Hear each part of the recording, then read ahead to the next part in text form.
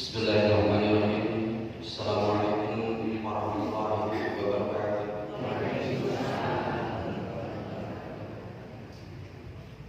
Walhamdulillah, wassalatu wassalamu ala asyrofil anbiya'i wal mursalin wa ala alihi wa sahbihi ajmain. Rabbi billahi rabba wa bil islami dinan wa Muhammadin nabiyya wa rasul.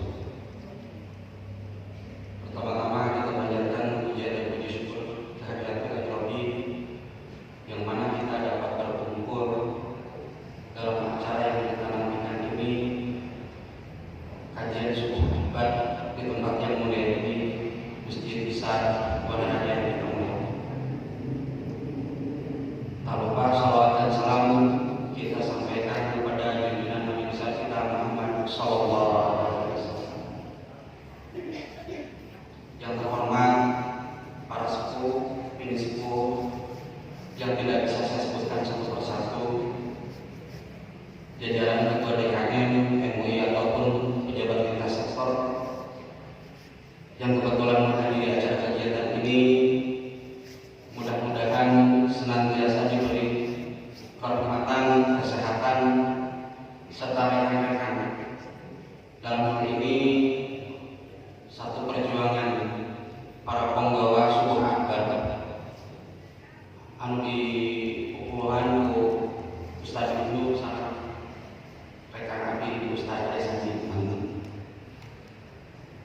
Mugia aranjeunna sadayana urang sadayana tetap dalam kondisi sehat walafiat sareng pasien istiqomah fisabilillah dalam memperjuangkan di jalan Allah karena halal sana.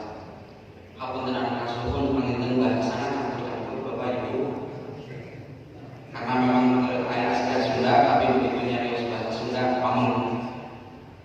Tapi mudah-mudahan tidak mengurangi makna dan isi dari kegiatan kajian bersama ini.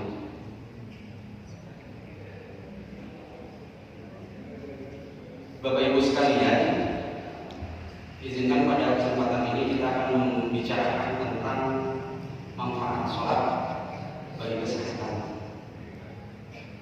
Sebelumnya perlu Ibu Bapak ketahui, saya di sini porsinya bukan ustadz, bukan ulama, tapi kebetulan dokter yang memang keseharian menangani kegiatan-kegiatan kesehatan. Sejarahnya kenapa bisa membawakan ini, karena awalnya Pak Ustadz Ade Sandi menghubungi saya, kebetulan teman sekolah SMP. Dok, mana yang saya isi acara kegiatan manfaat sholat bagi kesehatan. Waduh, kata wisma umum, simpel, tapi ini sangat sulit bagi saya. Terutama ini hal yang tidak biasa ketika sholat dihubungkan dengan kesehatan. Karena berbagai riset, penelitian ini masih jarang. Tantangan bagi kita semua insan kesehatan, khusus muslim, sulit untuk membentuk atau menunjukkan bahwa sholat ini manfaatnya ini. Kita sudah merasakan, tetapi sulit untuk menjabarkan. Kenapa? Karena beberapa jurnal sangat terbatas, masih sangat terbatas. Mudah-mudahan dalam kesempatan ini kita tidak terlampau berlarut-larut mengenai masalah jurnal yang memang lebih banyak, tetapi bukti yang sudah diakui saat ini jurnal dari Rumah Sakit Islam Spesialis Madiun yang sudah diakui di Harvard University Amerika.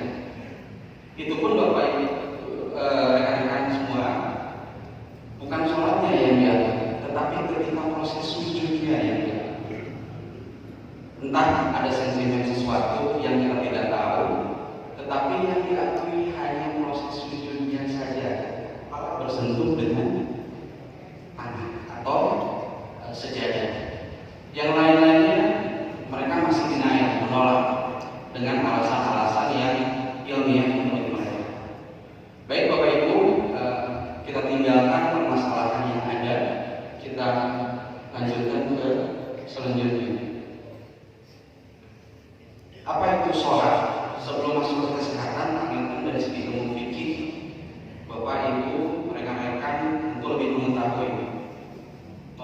ibadah sholat adalah bagian dari Islam yang kedua, dan bagian dari ibadah berupa doa kepada Allah.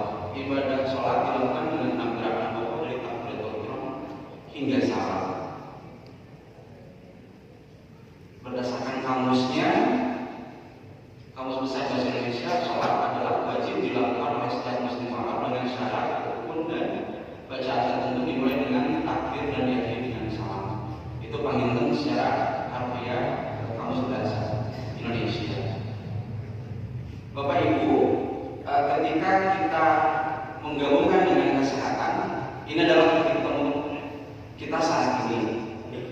Di slide ini, manfaat untuk kesehatan itu apakah hanya untuk mental saja atau fisik juga bermanfaat?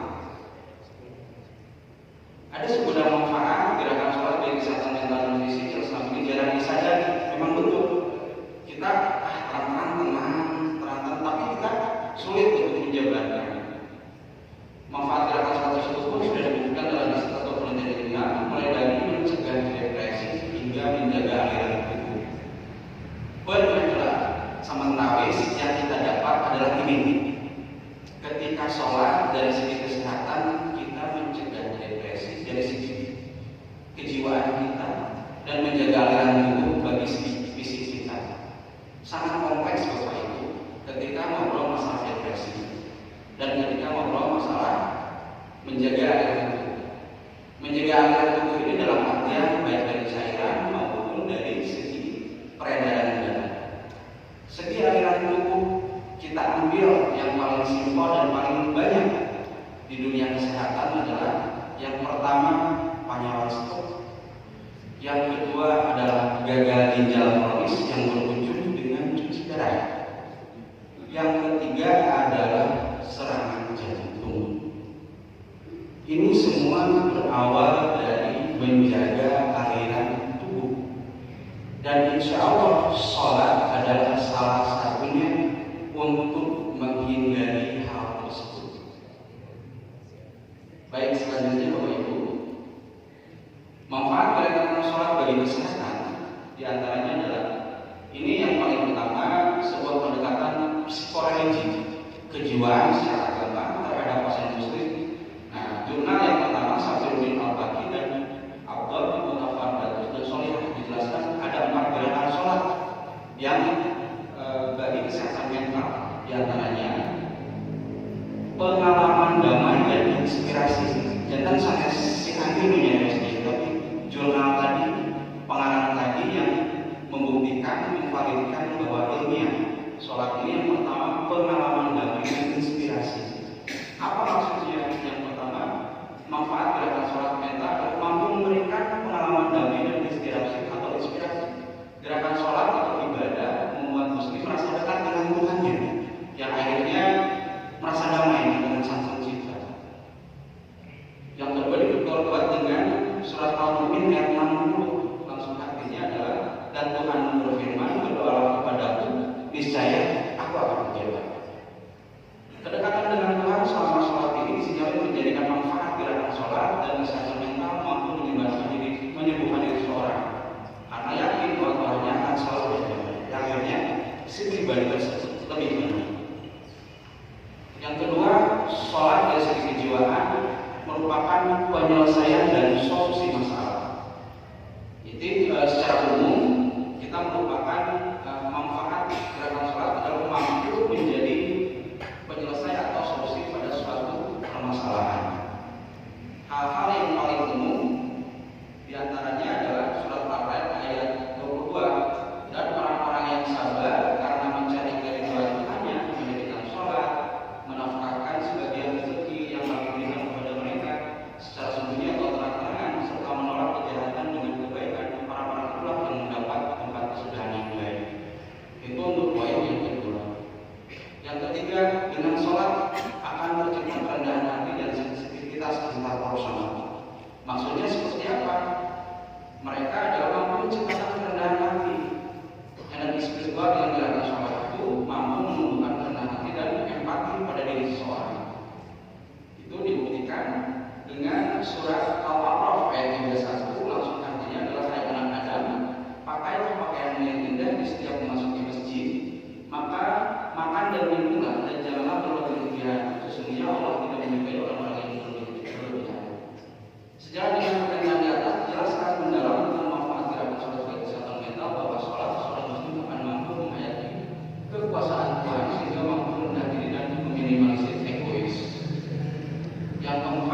dengan sholat itu kita akan ada rasa memaafkan, baik terhadap diri sendiri ataupun orang lain.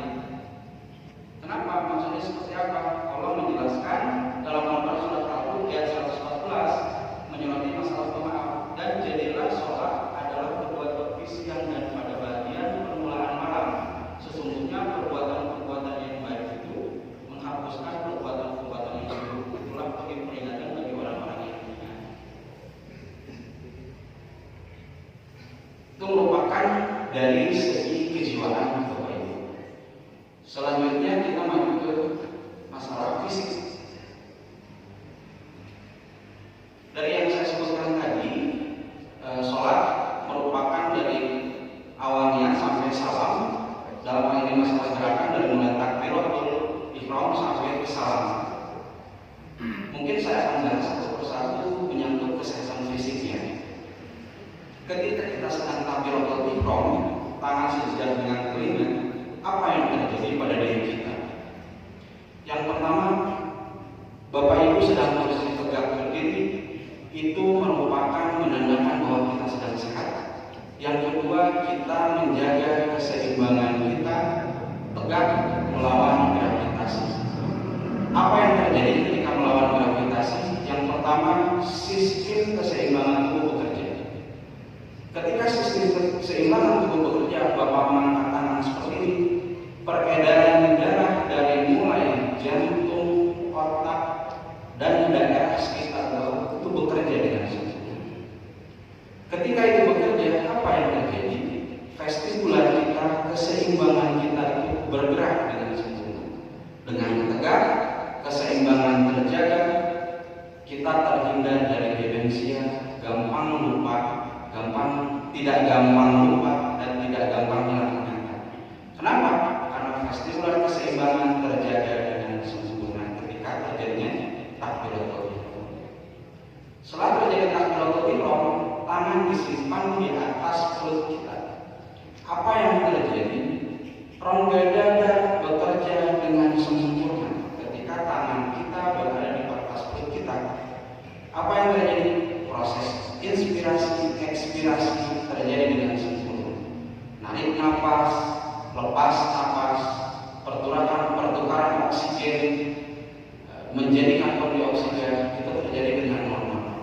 Ketika itu terjadi, jantung pun daerah dada bekerja dengan sempurna, tidak ada hambatan apapun. Beda halnya ketika menemukan suatu permasalahan di paru-paru kita. Patokan dasar dari ketika tangan kita di atas perut kita tidak nyaman untuk bernapas. Nah, hingga atanapi disadari ketika depan itu terjadi dengan jelas. Minimal oleh tetangga sebelah kita dikasihkan sholat. Itu merupakan faktor utama ketika itu semua tidak terjadi masalah. Alhamdulillah sholat kita tumanina. Selanjutnya ruku. Ruku merupakan tengkuk sekitar sudut membentuk sudut antara tulang punggung yang lurus dengan kaki yang tegak 90 derajat. Harapannya seperti apa? Ruku yang benar itu tidak jatuh ketika air disimpan di atas punggung kita sedang ruku. Yang terjadi apa? Keseimbangan tulang belakang. Ketika tulang belakang terjadi keseimbangan, otot-otot antara pinggang dan panggul, ligamen-ligamen yang menopang itu bekerja dengan sempurna. Bagaimana bila hal itu tidak terjadi? Yang pertama adalah skoliosis. Ruku kita tidak benar. Bila ligamen kita tidak betul, bila saraf-saraf kita tidak betul, ruku kita nggak bakalan lurus. Bila kaki sehat dan aman, tapi begitu kita ruku tidak lurus dengan sempurna, ada sesuatu di dalam tubuh kita. Patokannya adalah tulang belakang kita tidak lurus 90 derajat dengan sungguh kita. Itu merupakan pertanda dari sholat dan kesehatan. Selanjutnya, ketika dari ruku ke i'tidal, apa yang terjadi? Ketika ruku ke i'tidal, itu terjadi pencernaan yang sangat hebat. Dalam artian, ketika dari ruku ke i'tidal ada proses oksigenasi peristaltik khusus bekerja dengan sempurna. Tadinya buku teras kadet, ada pelepasan kadang-kadang mas bagian bobos ketika dari buku ke epidal. Kenapa? Karena peristaltik bekerja dengan sempurna, lolos itu karena proses dari peristaltik. Selanjutnya, ketika dari epidal ke sujud, nah inilah titik poin yang menjadi muslim ini kenapa lebih sehat daripada yang lain, karena proses jantung lebih atas daripada otak. Karena sewaktu-waktu otak itu perlu nutrisi. Ketika kita tidak pernah sholat, otak tidak pernah di bawah jantung. Tetapi ketika kita sholat, otak ternutrisi dengan baik karena di bawah jantung, dipompa dengan sempurna.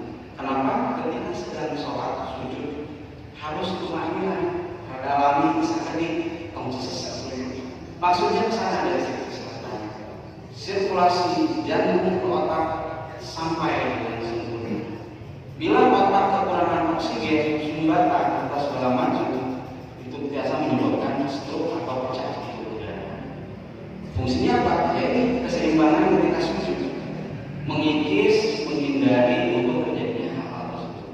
Dokter, gimana bila saya mau udah stroke? Yang namanya proses itu alamiah dan takdir kadarullah, ya sudah, itu mah karena memang sudah berjalan dengan seperti itu. Tetapi bagi kita yang sehat, salah satu penanggal itu adalah ketika kita sujud. Selanjutnya, duduk di antara dua sujud itu merupakan bagi kita menghindari, bagi laki-laki terjadinya kelenjar prostat. Prostat itu mah dok, jantan upami kita pada mampang jantan sesat, pada berkemih jantan sesat. Karena sering kita refleksi dengan kaki kita ketika duduk di antara dua sujud ini, tertekan saraf-saraf vasovagus, syarat-syarat untuk memperkuat terjadinya prostat itu terhambat oleh sistem refleksi dari kaki kita bertumbuh pada ketika duduk di antara dua sujud. Bagi laki-laki, bagi ibu-ibu seperti apa? Terhindari dari penyakit-penyakit perempuan dan sangat mempercepat proses kesuburan bagi yang usia subur. Kenapa? Karena ketika duduk di antara dua sujud ini terjadi refleksi-refleksi yang alamiah oleh kaki kita ketika duduk di antara dua sujud. Selanjutnya salam dilaksanakan dengan sempurna 90 derajat ke kanan dan 90 derajat ke kiri. Maksudnya apa? Memperlancar otot kulit muka kita, memperkencang bagi perempuan yang sedang merawat kecantikan, maksimalkan sholat salam kanan dan ke kiri ini dengan sempurna. Memaksudkan otot-otot leher, otot-otot muka menjadi lebih kencang. Secara umum, Bapak Ibu sekalian, dari segi kesehatan, sholat merupakan pertanda bahwa kita normal atau tidak, ada yang ada di kita. Tidak harus dilek, tidak harus dironsen, tidak harus pemeriksaan yang mahal. Dengan sholat kita, apakah kita bergerak dengan sempurna, tumanina dari mulai takbiratul ihram sampai salam, apakah dilaksanakan tidak ada hambatan, kemungkinan kita sehat. Tapi bila ada gerakan-gerakan yang memang agak kurang tumanina dan rasa sakit pada tubuh kita, itu merupakan pertanda kita bahwa kita harus segera bertemu dengan tenaga kesehatan. Apakah saya sehat atau tidak? Kok saya berdiri saja sulit? Sakdap-sakdap bingung, sakdap-sakdap saya pusing. Itu pertanda bahwa kita sedang tidak baik. Dengan seperti itu, sholat merupakan pertanda bagi kita untuk mencapai keseimbangan dan berkesinambungan dalam beribadah. Selanjutnya, ini yang saya sebutkan tadi, sistem aliran tubuh kita dalam hal aliran darah. Ketika tidak terjadi keseimbangan pada tubuh kita, inilah yang terjadi. Yang paling sering adalah stroke. Mungkin di sini saya akan lebih dalam lagi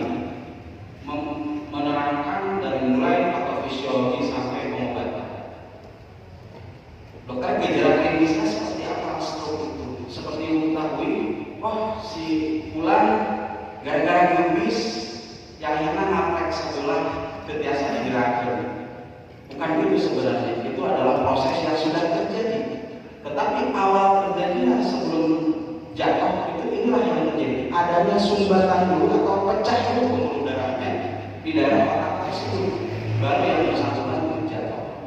Jadi orang tersebut stroke itu bukan gara-gara jatuh, tetapi pecah dulu pembuluh darahnya, baru kemudian dia jatuh. Luka-luka yang disebabkan jatuh itulah yang memperberat lukanya si korban tersebut, Fulan tersebut. Apa yang terjadi ketika sumbatan terjadi di otak kita? Tergantung titik mana, kiri atau kanan. Biasanya stroke itu menyerang. Apabila otak kanan kita yang terkena, maka gerakan kita, kaki kiri kita yang akan lumpuh. Bila otak kiri kita yang kena, kaki kanan kita atau tangan kita yang akan lumpuh. Apa solusi yang terbaik ketika terjadi seperti itu? Tong sedang ngemotan, tong sedang ngemot tekot tadi langsung sama KIGD sana. Karena golden period masa-masanya 6 jam ketika serangan awal. Semakin cepat tertangani, obat yang tepat semakin masuk, semakin cepat proses penyembuhan dan penyebarannya tidak semakin banyak. Bahkan kita kadang-kadang putus kayak gitu kan biasa.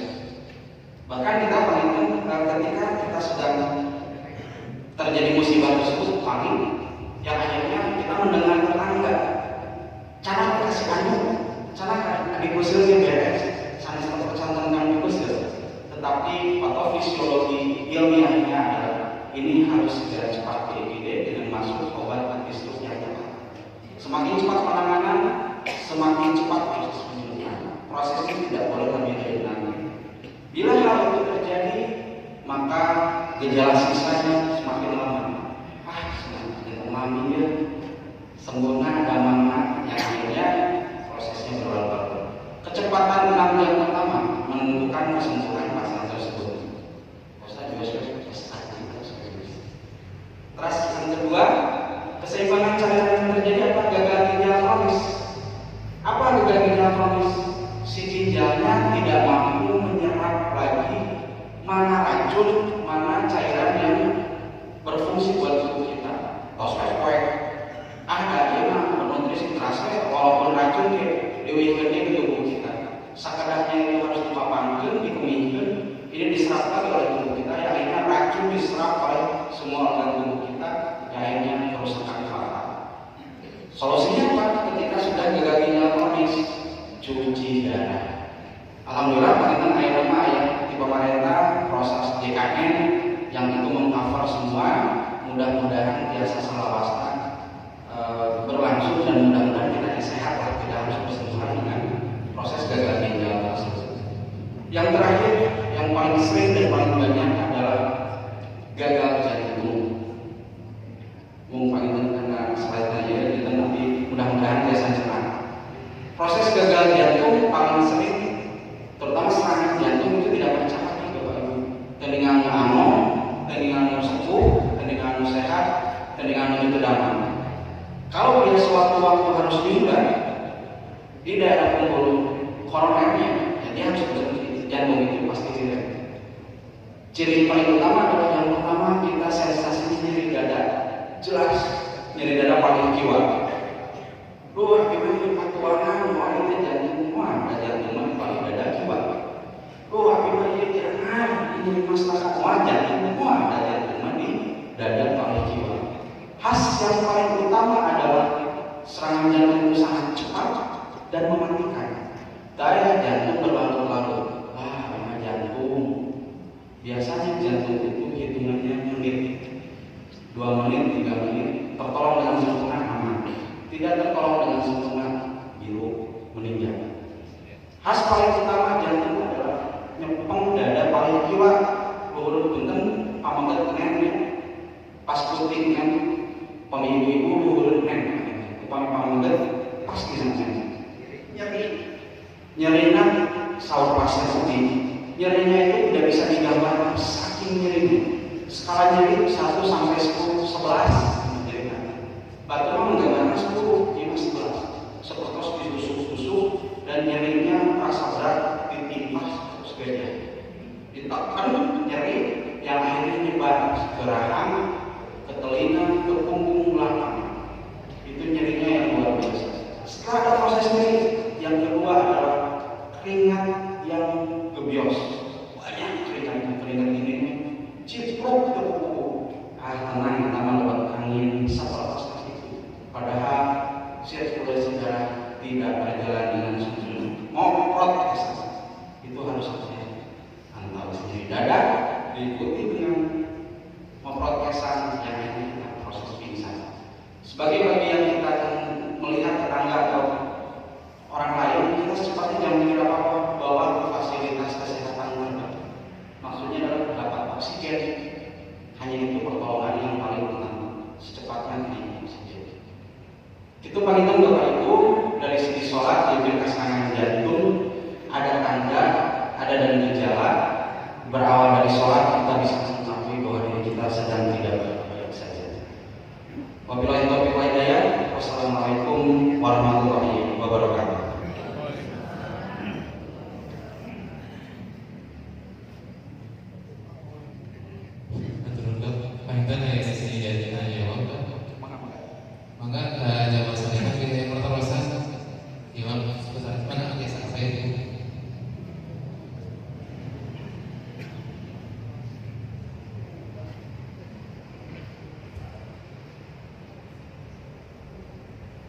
Assalamualaikum warahmatullahi wabarakatuh. Waalaikumsalam warahmatullahi wabarakatuh. Ayat suci Al-Quran kan kamu terapi sosial sabar alami kan kamu terapi ada kumadia dalam ini sepada kamu terapi sosial. Assalamualaikum warahmatullahi wabarakatuh. Waalaikumsalam warahmatullahi wabarakatuh. Supados sehat langsung dibolong. Ketika proses kita sedang betul-betul sehat dalam artian ini adalah fisik kita 6/6 mau dicek optik. Bapak Ibu ada kacamata bisa dicek, mata kiri dicek, mata kanan. Kesimpulannya 6/6 berarti orang tersebut tidak usah memakai kacamata. Maksudnya apa? Akomodasi orang tersebut sehat. Biasa jelas dengan cakap, biasa jelas dengan kulit. Apa yang terjadi pada orang tua kita atau pada kita? Bagi usia yang 30 sampai 50 paling sering adalah minus. Kita tidak bisa melihat yang jauh dengan jelas ketika cek itu biasa, tapi pemilihan cacat jelas itu khas bagi gaduh panyawa minus cacat. Efek yang dipaksakan pemilihan lebih polotok, yang lainnya Iceland lelah matanya, keluar berair soca. Proses ketika normal yang dipaksakan itu tidak lebih dari setengah jam, karena mata terus melotot bagi yang tidak jelas, tidak melihat dengan jelas yang objek yang jauh. Bagaimana Pak orang tua kita di atas 50 tahun biasa itu disebabkan plus melihat lebih jelas, tapi mencatat jelas. Nah, kendala bagi kita yang pertama itu harus memakai kacamata plus membantu supaya matanya tidak lelah. Durasinya berapa lama ketika mata harus ketika baca Quran itu normalnya 40 sampai 1 jam. Pemilangan di 1 jam dipaksa jernih 15. Kenapa?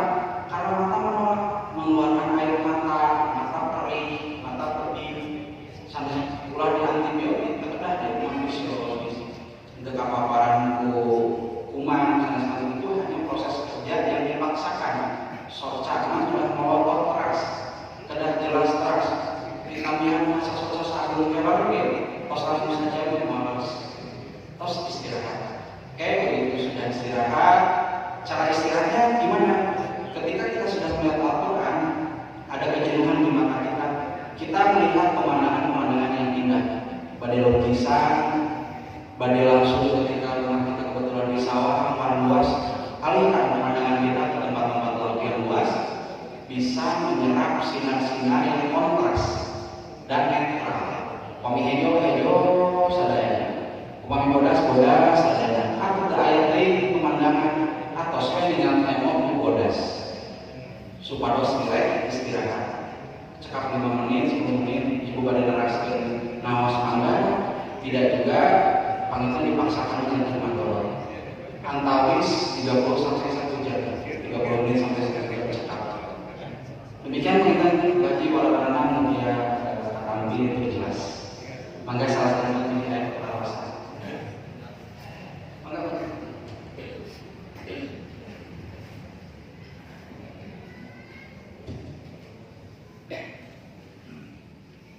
Assalamualaikum warahmatullahi wabarakatuh. Waalaikumsalam warahmatullahi wabarakatuh. Izinkan saya bertanya. Silakan. Pertama, apakah betul bahwa senam pernapasan itu bisa mengganggu jantung? Nah, itu yang pertama. Yang kedua, bagaimana jika seandainya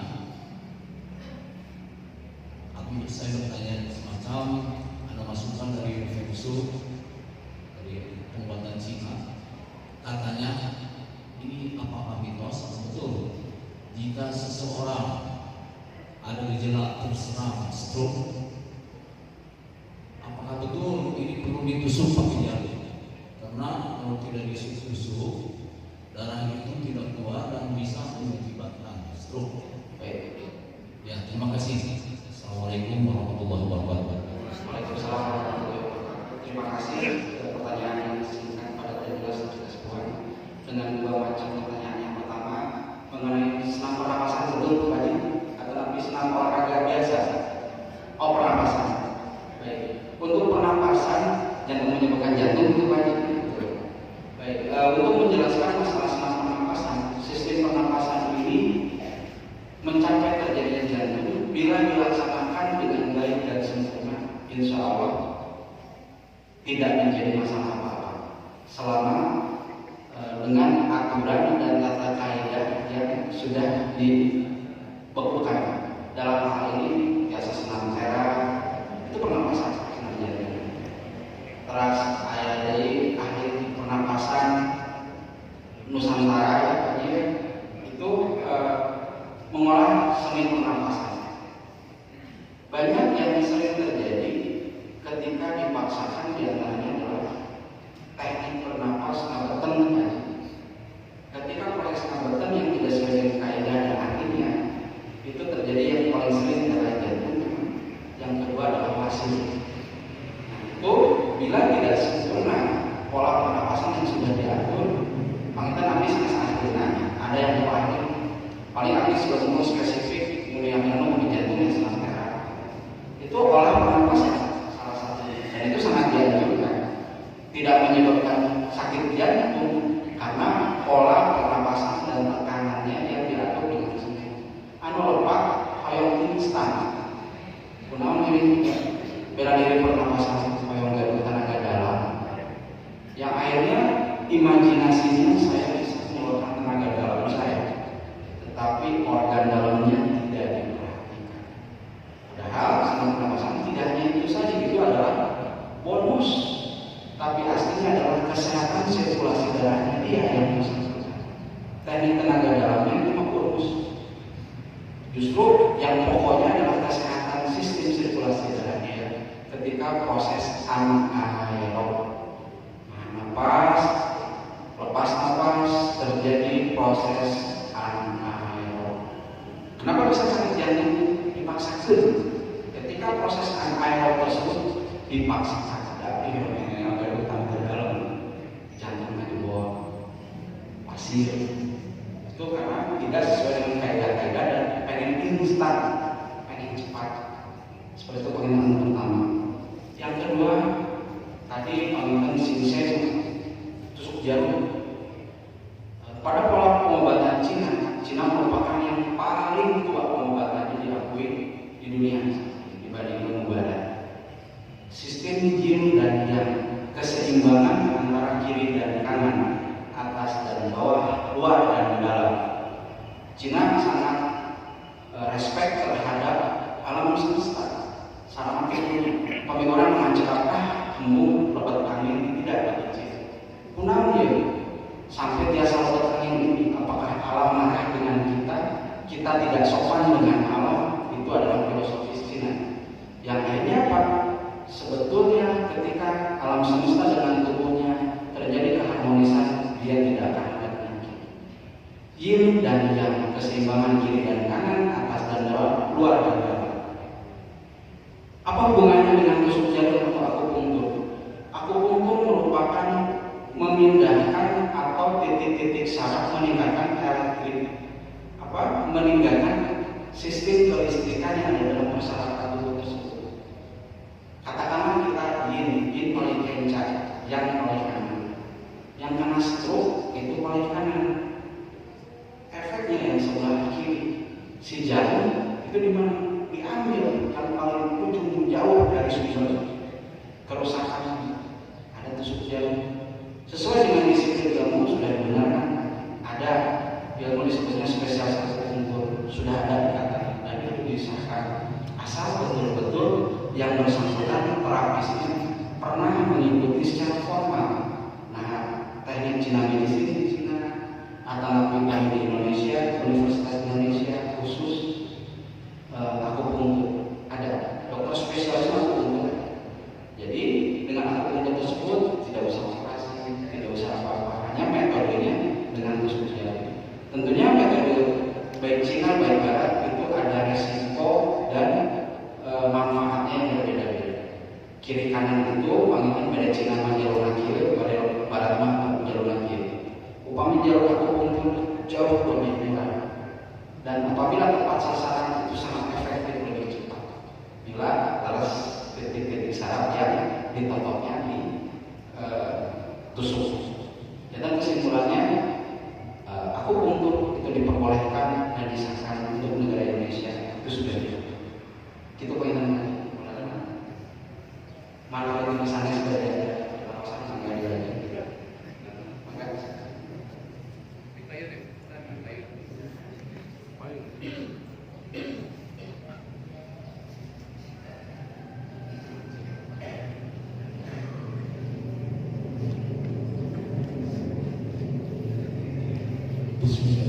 Assalamualaikum warahmatullahi wabarakatuh. Waalaikumsalam warahmatullahi wabarakatuh. Abdi yang dihormati pemerintahan Mohon gula Jawa campur jeruk purut, ambil Jawa tapi asli sana.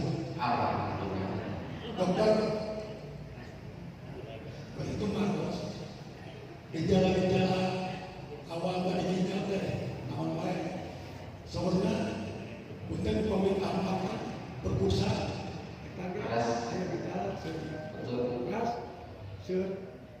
Sering karena lanong-lanong ayah gejala itu.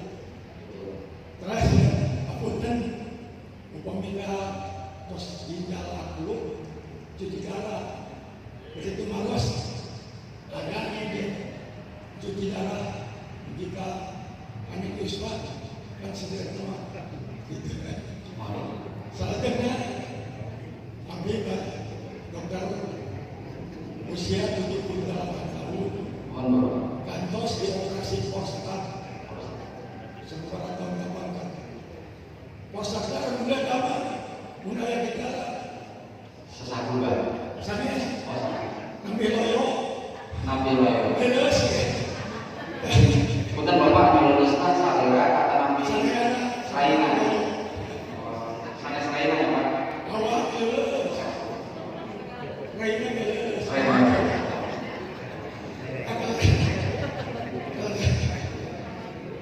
kita biasa dokter di GPI tapi semangat dan tidak loyo lagi.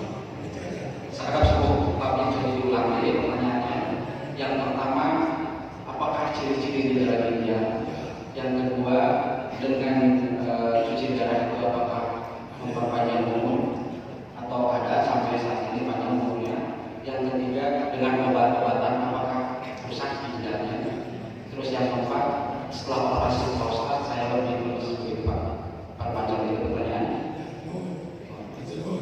Ayo pantun dokter. Mangga bapak.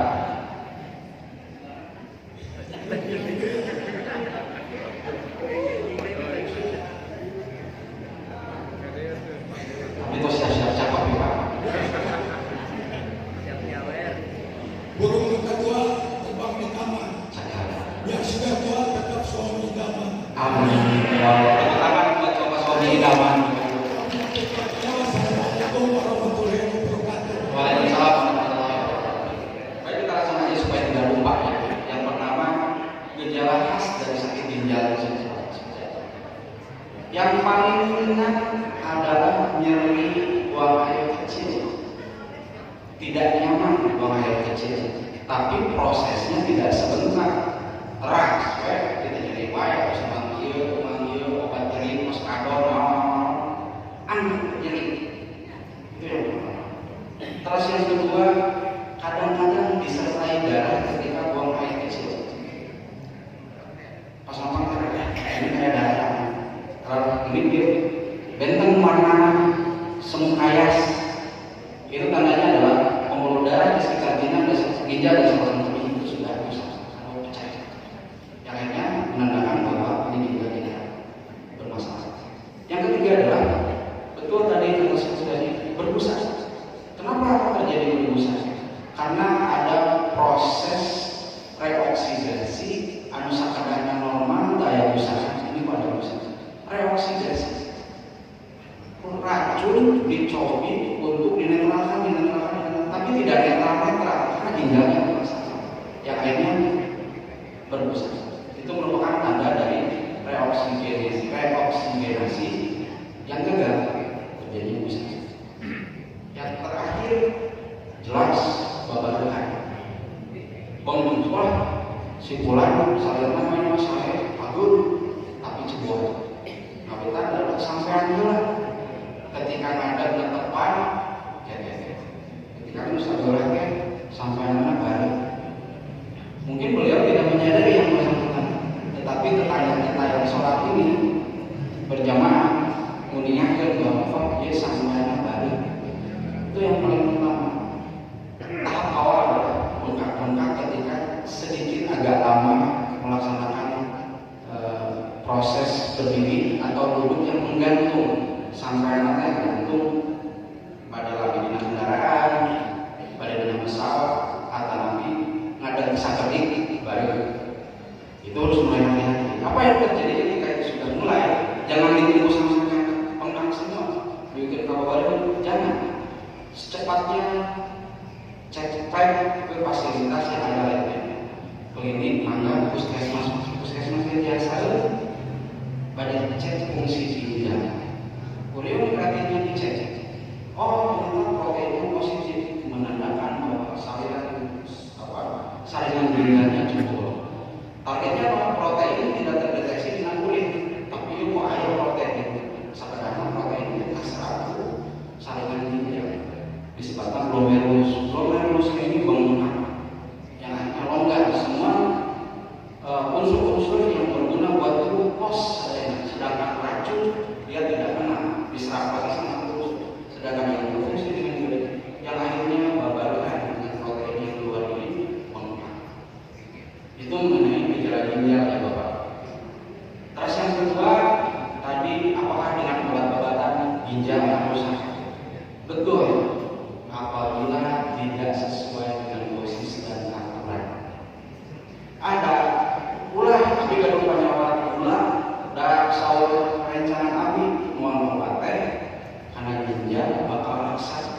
Betul, janjinya selama sesuai dosis dan tepat ginjal insya Allah air rusak tapi tidak lebih cepat. Anu bapakmu salah kata, tenang daya mah herbal, daya mah aneh perencanaan ke 50 kos nih gula. Justru si herbal ini kita tidak tahu isinya pada kimia ini yang akhirnya secara instan menurunkan gula darah tapi ginjal jebol. Fungsinya dokter itu di sini menanyakan kok yang kita dia dosisnya rasa dia efeknya teh kumaha uang dikit. Fungsi dokter di sana benten menentukan obat, yang penting dia laku. Enggak Bapak, ini mah saya cocok sok beragama. Tidak. Mana yang cocok tepat mungkin buat singkat ya dikasihkan, tidak tepat mungkin ya kita tunda. Apa dosisnya setengahnya itu adalah fungsi dokter di sana. Benten sama Google, ada salah Google kadang-kadang anu tuang sadayana oleh. Fungsi dokter adalah menetralisir semua mana yang paling tepat cocok untuk dokternya, pasiennya berdasarkan keilmuannya. Tentu dilihat kondisi pasien tersebut. Jangan serta-merta icalah lo akses itu tidak, tetapi sesuai dengan dosis yang tepat keperluannya.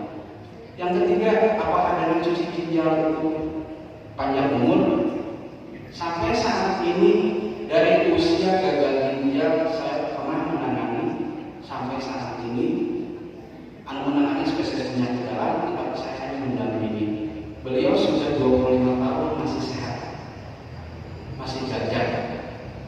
Saja sih berdirikan di gagal ginjal kronis, tetapi orang tersebut pensiunan, aku pernah dengan gaya hidup yang awal dalam arti olahraga kira, tuang bisa mampu, menuju menangnya paling penting di dalam tuang rawas, olahraga kira. Tapi alhamdulillah, walaupun pensiunan sekarang sudah 25 tahun masih tetap kontrol puskesmas sehat. Mau panggil ayah perbedaan kata wisata dengan cuci darah sama cuci darah. Semakin lama cuci darah, mukanya itu lebih menghitam karena kadar airnya meningkat, ada zat besinya dalam tubuh meningkat, benar Pak. Tapi ya itu yang terbaik daripada tidak saat ini tidak sampai dicuci seperti itu. Yang mungkin umurnya tidak sampai upami dicuci dengan darah asisten. Tapi itu kembali lagi ke takdir panggilannya dari sistem kabutosan dengan cuci ginjal dengan cuci darah kalau umur yang kebanyakan begitu, tetapi ada juga sepertinya pasien saya pensiunan salah satu bank negeri sehat kulit kaya terus 25 tahun cuci darah asal kontrol tepat sesuai aturan insya Allah. Dan yang terakhir mengenai prostat, efek samping dari operasi prostat adalah tidak bangun bagi adanya. Jangan kaget ketika kami prostatnya dioperasi betul juga karena beberapa syaratnya dibuat sama dokternya dengan proses yang katakanlah birahinya semakin tinggi, prostat itu cepat sekali tumbuh. Makanya kikis habis ada proses kecil. Mungkin efeknya kasihan adalah tersiksa ketika hasil birahinya masih ada. Namanya laki-laki selama orang tersebut hidup usia 90 pun bisa membuat anak. Beda satu upami rumah atau dengan satu maka usia 90 pun bisa menangani ibu-ibu yang usia susu. Tapi upami yang prostat rumah, yaitu resikonya ketika dioperasi efek sampingnya paling dia tidak ada. Hal mestinya apa? Tidak secara langsung tidak prostat karena masih daya, tetapi kita harus cek lagi fungsi tubuh kita yang lain, HB kita, memang unsur pencernaan kita awal, yang ini daya serap vitamin kita jadi terlibat.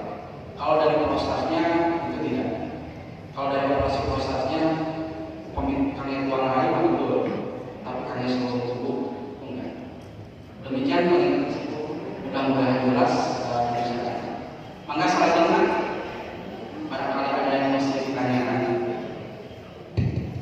Assalamualaikum warahmatullahi wabarakatuh. Waalaikumsalam warahmatullahi wabarakatuh. Dok, secara hukum fikih, jika ada orang tua tidak mampu rukuk sempurna, maka itu diperbolehkan semampunya. Tapi secara kesehatan dipastikan itu ada penyakitnya. Betul. Kedua, mohon penjelasan mengenai hal itu. Baik, terima kasih. Secara fisiologis tadi merupakan sholat indikator awal ketika sedang ada masalah. Jadi sekali lagi sholat bisa merupakan terapi bisa atau hanya sebagai screening juga biasa. Ketika dikatakan terapi apa? Ketika tadi pencernaan ketika sedang tidak bagus, sesak sendawa, sesak buang air besar, dengan tidak itu sebetulnya menyelesaikan masalah disebutnya terapi.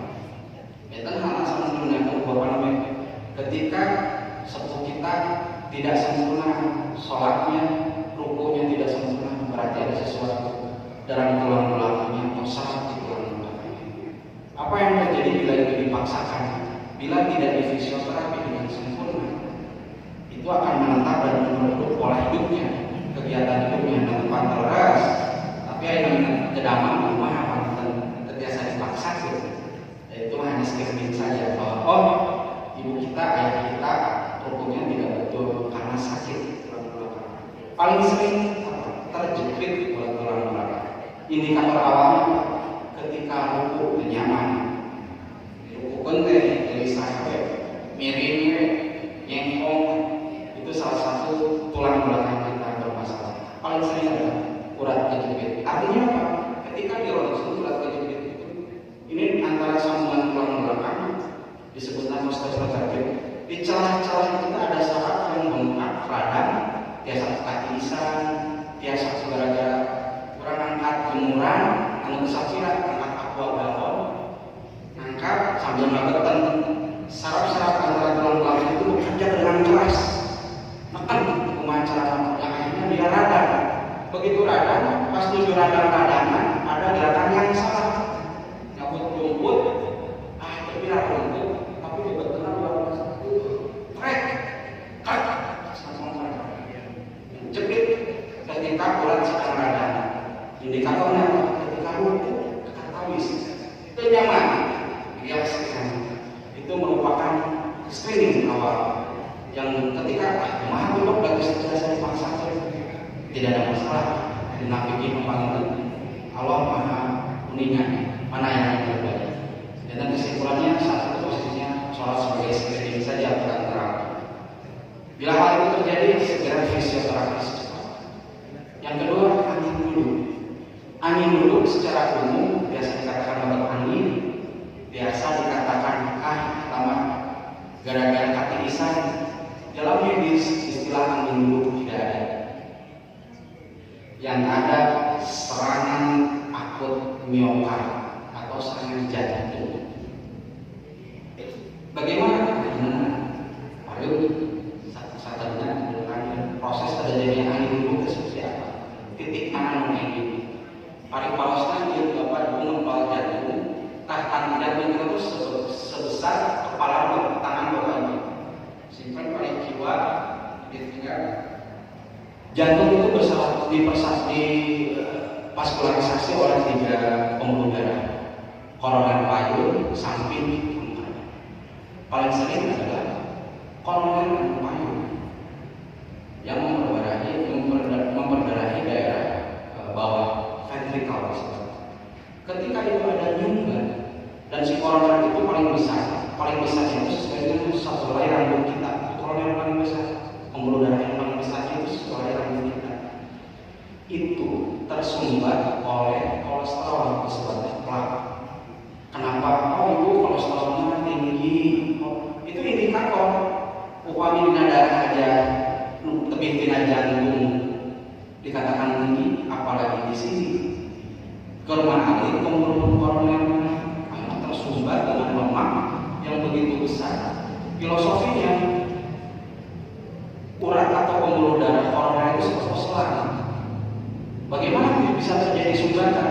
Si selang ini lami-lami untuk lemak kolesterol tinggi. Misalnya lemak keuntungan, kurang gorengan, langsung keuntungan koroner yang menyumbat saja. Tetapi prosesnya tidak sebentar. Proses kita memakan lemak, baik lemak jenuh, tidak jenuh, lami-lami pun kena bawah pembuluh darah ya, pemilih selang, dilebat selang dan muncul proses visual akhir-akhir tumbuh lami itu selama ada gulat. Suatu waktu ini nuntut rapat. Ketika ini sudah rapat, tiba waktunya panggil usaha mereka, malaikat maut atau lebih dokter yang menangani dalam hal ini. Ketika ini terjadi masih bisa diusahakan. Ketika ini sumbatan terjadi masih bisa untuk dilepaskan. Ketika dengan proses yang tepat. Ciri khas dari angin dulu yang pertama nyeri, sosok angin, cik kalau berkahnya angin, rope yang berbentuk lecet, tapi berat. Itu yang kedua, mobios, wah kesana tuh pak keluar ya harus ditrop, kesana seueur, padahal dia proses koroner sedang menyumbat dengan sangat keras. Yang ketiga, ketika terjadi angin itu paling awas bahasa orang di medis saya serangan jantung terjadi ketika nyeri yang paling utama DM mesti ditarik. Atau namanya napas dengan masuk melonggarkan lemak di koroner. Malah jadi batuk sih kalau pakai batu dengan hasil akan supaya selonggar koroner sambil angkat IGD sebabnya dapat oksigen. Upami tidak tersalurkan koroner ini tidak disuplai dengan oksigen sambil diinfus dengan baik, epinefrin dengan baik, obat digitalis melonggar, ya, dia pasti akan secepatnya selamat dengan tempat penanganan. Tapi upami telat, yang paling ringan adalah nyeri yang tidak berat sudah. Tapi jika ditusuk-tusuk jantung anu sahur pasien sudah dirasakan. Dokter tapi pernah serangan jantung, biasa diterang serangan jantung kemana? Silahkan kakak jantung di puskesmas terdekat. Biasa kan itu. Oh orang pernah ada serangan, ada cacat tina jantung kita ada. Dan bila itu terjadi, kemungkinan relapse untuk datang berulang bisa sewaktu-waktu. Ininya ya satu-satunya screening dengan cara kita cek lab per 6 bulan sekali atau dekat jantung per 6 bulan sekali. Kolesterol kita ada kita stabil. Paling sering adalah kolesterolnya tinggi. Itu penyebab utama dari serangan jantung. Tina tuangan namanya tuangan gelas segala sesuatu yang unsur berminyak itu penyebab terjadinya koroner. Yang kedua, tuang sate yang dibakar, daging yang dibakar, anu ngartesna itu yang menyebabkan radikal bebas.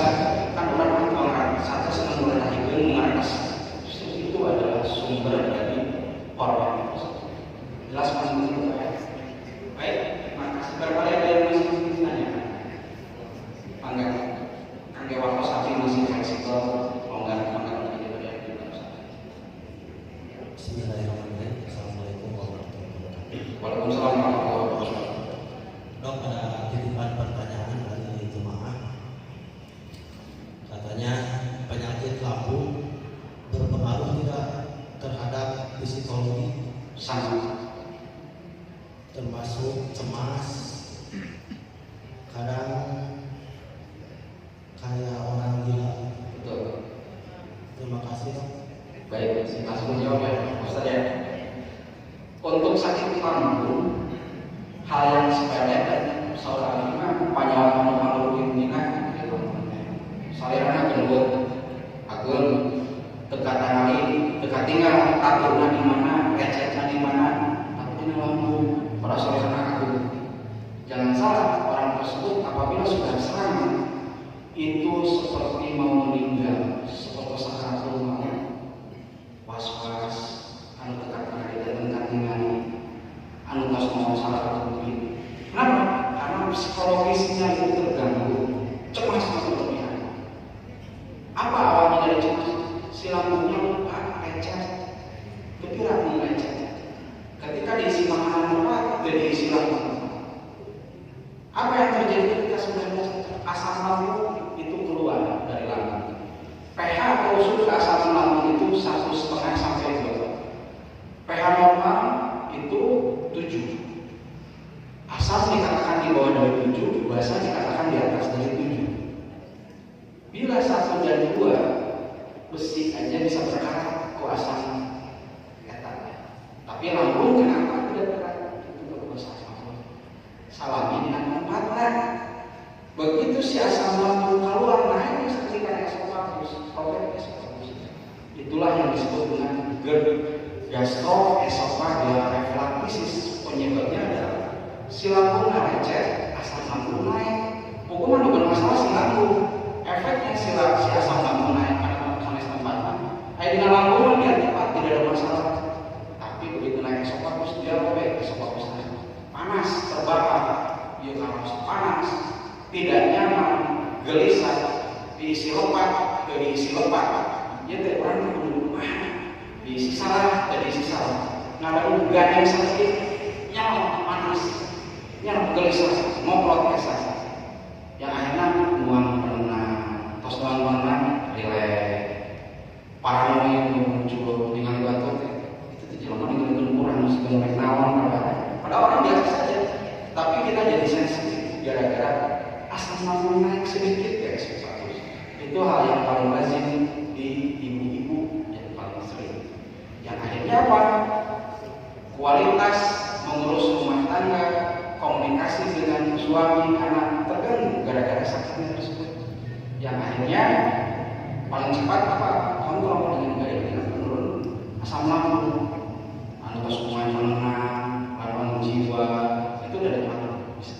Yang menyebabkan kita seolah-olah seperti sakit jiwa, depresi, kayak kami tidak diobati dengan psikologi. Demikian bisa tadi orang mudah-mudahan biasakan. Salah jangan cekap perminannya. Ayo saya ngomong.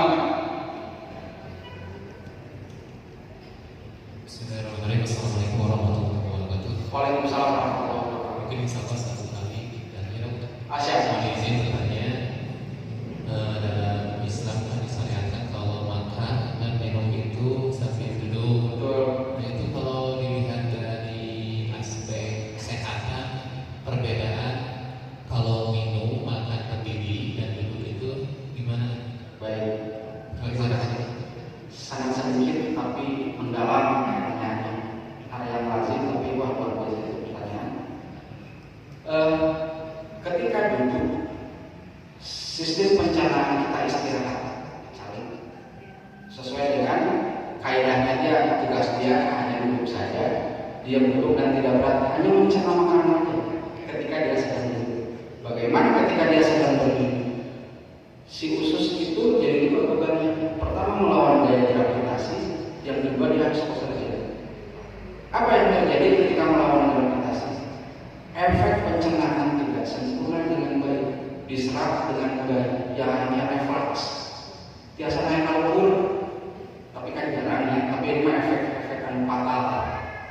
Karena gaya gravitasi mengganggu proses pencernaan si usus tersebut, yang akhirnya daya serap atau daya serap atau daya pencernaan itu kurang maksimal karena terganggu dengan gravitasi tersebut. Si usus awal ke gaya gravitasi.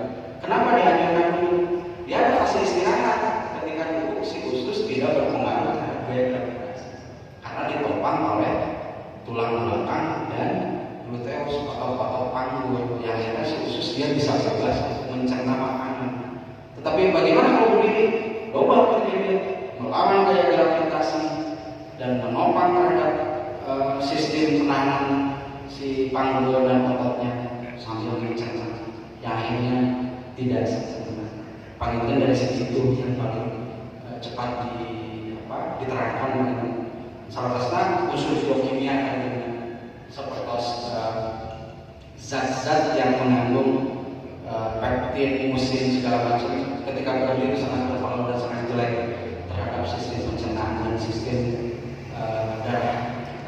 Tapi simpelnya mengatakan gaya gravitasi, faktor mekanis yang kita bahas, gaya gravitasi mengganggu sistem pencernaan. Itu penting banget. Mangga cekap